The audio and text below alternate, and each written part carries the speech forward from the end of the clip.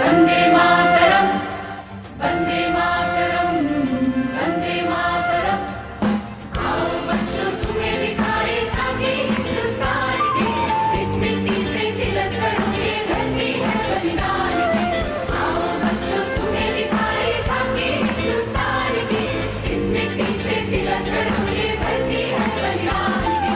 वंदे मातरम, वंदे मातरम, वंदे मातरम, वंदे मातरम। उत्तर में रखवाली करता पर्वतराज विराट है, दक्षिण में चरणों को धोता सागर का सम्राट है। और जमुना जी के तट को देखो गंगा का ये घाट है। हाट में यहाँ निराला घाट है। देखो ये और देखो ये तस्वीरें अपने गौरव की अभिमान की, इस मिट्टी से तिलक करो ये धरती है बलिदान की। वंदे मातरम, वंदे मातरम। अरे छोड़ो कल की बातें, कल की बात पुरानी, नए दौर में लिखेंगे मिलकर नई कहानी। हम हिंदुस्तानी, हम हिंदुस्तानी, हम हिंदुस्तानी, हम हिंदुस्तानी। ये देश है वीर जवानों का, ये देश है वीर जवानों का, अलबेलों का, मस्तानों का। इस देश का यारो, इस देश का यारो क्या कहना। साथियों, अमृत महोत्सव का शुभारंभ दांडी यात्रा के दिन हो रहा है। उस ऐतिहासिक क्षण को पुनर्जीवित करने के लिए एक यात्रा भी अभी शुरू होने जा रही है। यह अद्भुत संयोग है कि दांडी यात्रा का प्रभाव और संदेश भी वैसा ही है जो आज देश अमृत महोत्सव के माध्यम से लेकर आगे बढ़ रहा है। गांधी जी की इस एक यात्रा ने आजादी के संघर्ष को एक नई प्रेरणा के साथ जन जन से जोड़ दिया था। इस एक यात्रा ने अपनी आजादी को लेकर भारत के नजरिए को पूरी दुनिया तक पहुंचा दिया था। ऐसा ऐतिहासिक और ऐसा इसलिए क्योंकि बापू की दांडी यात्रा में आजादी के आग्रह के साथ साथ भारत के स्वभाव और भारत के संस्कारों का भी समावेश था। हमारे यहां नमक को कभी उसकी कीमत से नहीं आंका गया। हमारे यहां नमक का मतलब है ईमानदारी। हमारे यहां नमक का मतलब है विश्वास। हमारे यहां नमक का मतलब है वफादारी। हम आज भी कहते हैं कि हमने देश का नमक खाया। ऐसा इसलिए नहीं क्योंकि नमक कोई बहुत कीमती चीज है। ऐसा इसलिए क्योंकि नमक हमारे यहां श्रम और समानता का प्रतीक है। उस दौर में नमक भारत की आत्मनिर्भरता का एक प्रतीक था। अंग्रेजों ने भारत के मूल्यों के साथ साथ इस आत्मनिर्भरता पर भी चोट की। भारत के लोगों को इंग्लैंड से आने वाले नमक पर निर्भर हो जाना पड़े। गांधी जी ने देश के उस पुराने दर्द को समझा, जन जन से जुड़ी उस नब्ज को पकड़ा और देखते ही देखते ये आंदोलन हर एक भारतीय का आंदोलन बन गया, हर एक भारतीय का संकल्प बन गया।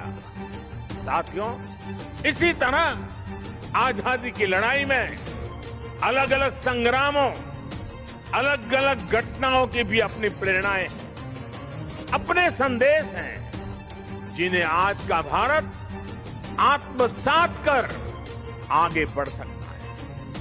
1857 का स्वातंत्र संग्राम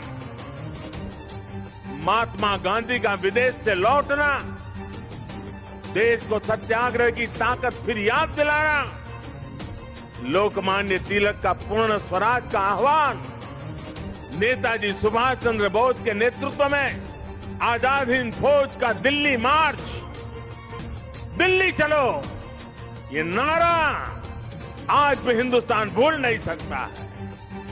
1942 का अविस्मरणीय आंदोलन, अंग्रेजों भारत छोड़ो का वो उद्घोष, ऐसे कितने ही अनगिनत पड़ाव जिनसे हम प्रेरणा लेते हैं, ऊर्जा लेते हैं। ऐसे कितने ही हुतात्मा सेनानी हैं जिनके प्रति देश हर रोज अपनी कृतज्ञता व्यक्त करता है।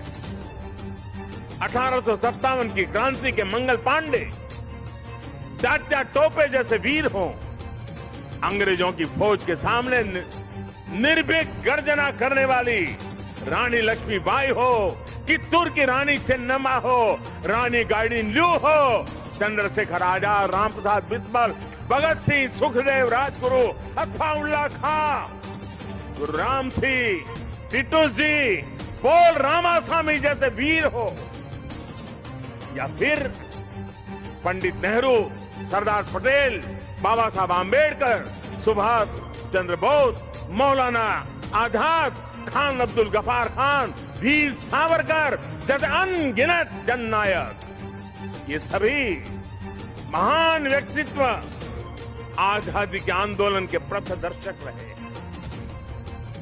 आज इन्हीं के सपनों को भारत बनाने के लिए, उनके सपनों का भारत बनाने के लिए हम सामूहिक संकल्प ले रहे हैं, इनसे प्रेरणा ले रहे हैं। માંથી 12 બી નહીં કરવાનો એવું કઈ કાયદો છે? અરે તો રોકો જ છો ને, શું કરવા પોલીસ ઉભી રહી વચ્ચે? શું કરવા આ ગેટ બંધ કર્યો છે? અરે આ ગેટ શું કરવા બંધ કર્યો છે? કેમ બહાર નથી આવવા દેતા? અને આટલી બહુ ચિંતા હોય તો કરો આ દારૂ જુગાર વાળાની ચિંતા, આ રોજ બેન દીકરીઓ પર અત્યાચાર થાય છે, છેડતી થાય છે, ચોરીઓ થાય એની ચિંતા કરો। આ એમએલએ ક્વાર્ટર્સ નો ગેટ બંધ કરવાનો અધિકાર છે। કાલે સોમવારે વિધાનસભામાં પણ આ વાત ફોટોગ્રાફ વિડીયોગ્રાફી સાથે બતાવીશું। આ કોઈ નહીં માનો કે એ નથી સરકારની પ્રિમાઇસીસ છે તો રોકો છો। આ પોલીસ આટલી બધી શું કરવા કરે? ઘૂસણખોરો નથી આયા કે કોઈ ગુંડા નથી આયા તો તમે કયા આધારે ગેટ બંધ કરશો? અને આ રીતે વચ્ચે ઊભા રાખીને રોકવાનો પ્રયત્ન કરો। અને બહુ ચિંતા હોય તો ત્યાં કાર્યક્રમ છે ત્યાં રોકો, અહીં શું છે? એટલે અમારા ઘરની બહાર નહીં નીકળવાનું। ગુજરાતમાં કોઈને કાયદો નથી, તમારું શાસન ચાલે। અડધી રાતે અમને ઘેર આવે, એમની બેન દીકરીઓ સાથે રહેતા હોય પોલીસ, કોઈ મહિલા પોલીસ વગર પોલીસ ઘરમાં ઘૂસી જાય।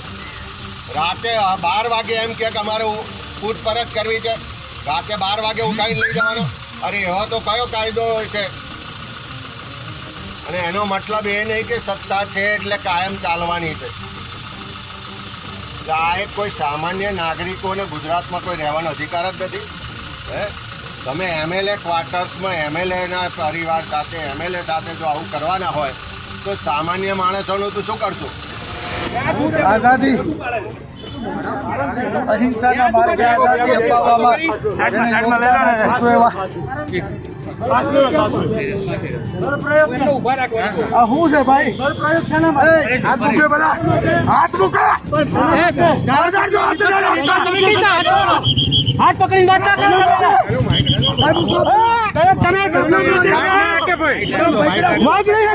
ના શું ગુનો ધારાસભ્યશ્રી વિપક્ષના નેતા તમે તમે એમ કહો પેલા ડીસીપી સાહેબ ને બોલાવો, ઓર્ડર લાવો, ડીસીપી સાહેબ ને બોલાવો, લખિત ઓર્ડર લાવો, તમે ડીસીપી સાહેબ ખબરદાર જો હાથ અડાડ્યો તો કોઈ એવો રૂલ્સ નથી। अमर रहो महात्मा गांधी, अमर रहो देश का झंडा तिरंगा नहीं चाहिए दोगला, देश का झंडा तिरंगा